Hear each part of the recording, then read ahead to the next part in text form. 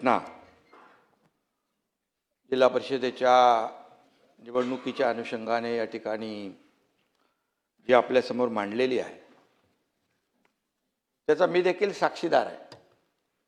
कारण ही निवडणूक प्रक्रिया जेव्हा सुरू झाली नव्हे, जेव्हा याची तारीख जाहीर झाली त्यावेळेस मला शंभूराज देसाई यांनी फोन केला होता।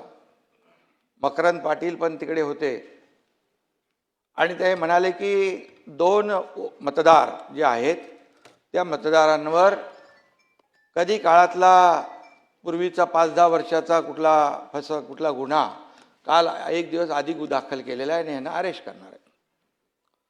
तर मी पोलीस अधीक्षक तुषार जोशी यांना फोन केला। मी म्हणालो काय प्रकार आहे? तर म्हणाले गुन्हा दाखल झालेला आहे, पण त्याच्यावर कारवाई आपण नंतर करू। मी त्यांना एकच सांगितलं की उद्या मतदान आहे, मतदानापासून कुणालाही वंचित ठेवता येत नाही। उलट कोर्ट देखील ऑर्डर करतं की मतदानाला पाठवा म्हणून।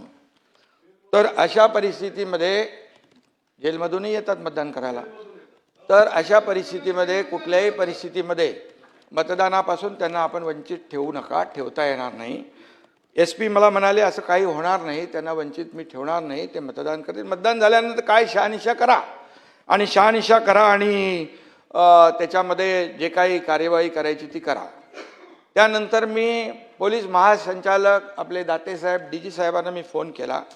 फोन केल्यानंतर मी त्यांना सांगितलं अशी अशी घटना त्या ठिकाणी अशी निवडणूक आहे आणि मला थोडी शंका आहे की तिथले पोलीस अधीक्षक हे 2 मतदार जे आहेत, कारण बहुमत इकडे या बाजूला होतं शंभूराज देसाई मकरंद पाटील आणि या सगळ्यांकडे, आणि ही मतं कमी करण्यासाठी आणि त्या निवडणुकीमध्ये विजय मिळवण्यासाठी पराभव करण्यासाठी या लोकांचा अशा प्रकारचा प्रकार होऊ शकतो।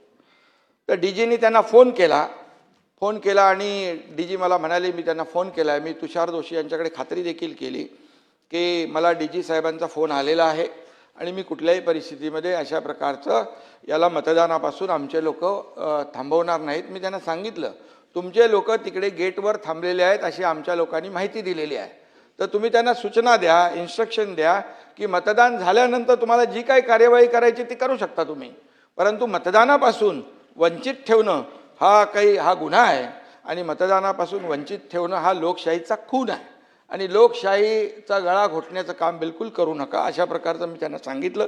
ते बोलले असं काही होणार नाही।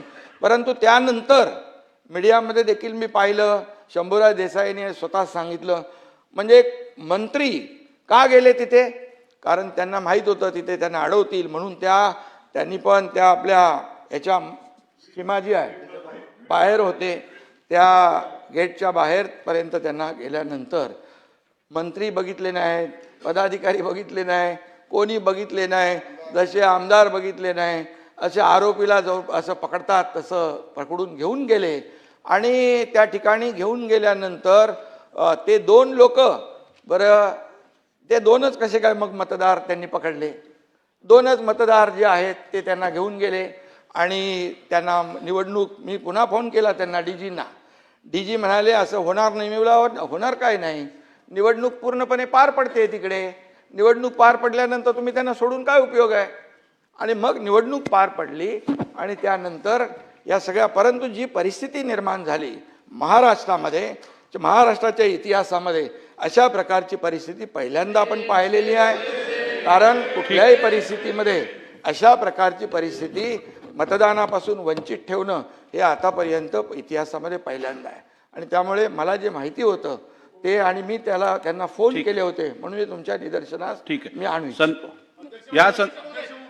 अध्यक्ष महोदय, सन्माननीय उपमुख्यमंत्र्यांनी जी वस्तुस्थिती सांगितलेली आहे त्या वस्तुस्थितीच्या आधारावर या संपूर्ण प्रकरणाची योग्य ती चौकशी केली जाईल आणि चौकशीच्या मध्ये जे काही निष्पन्न होईल त्यानुसार त्याच्यावर कारवाई केली जाईल। ठीक, चला आता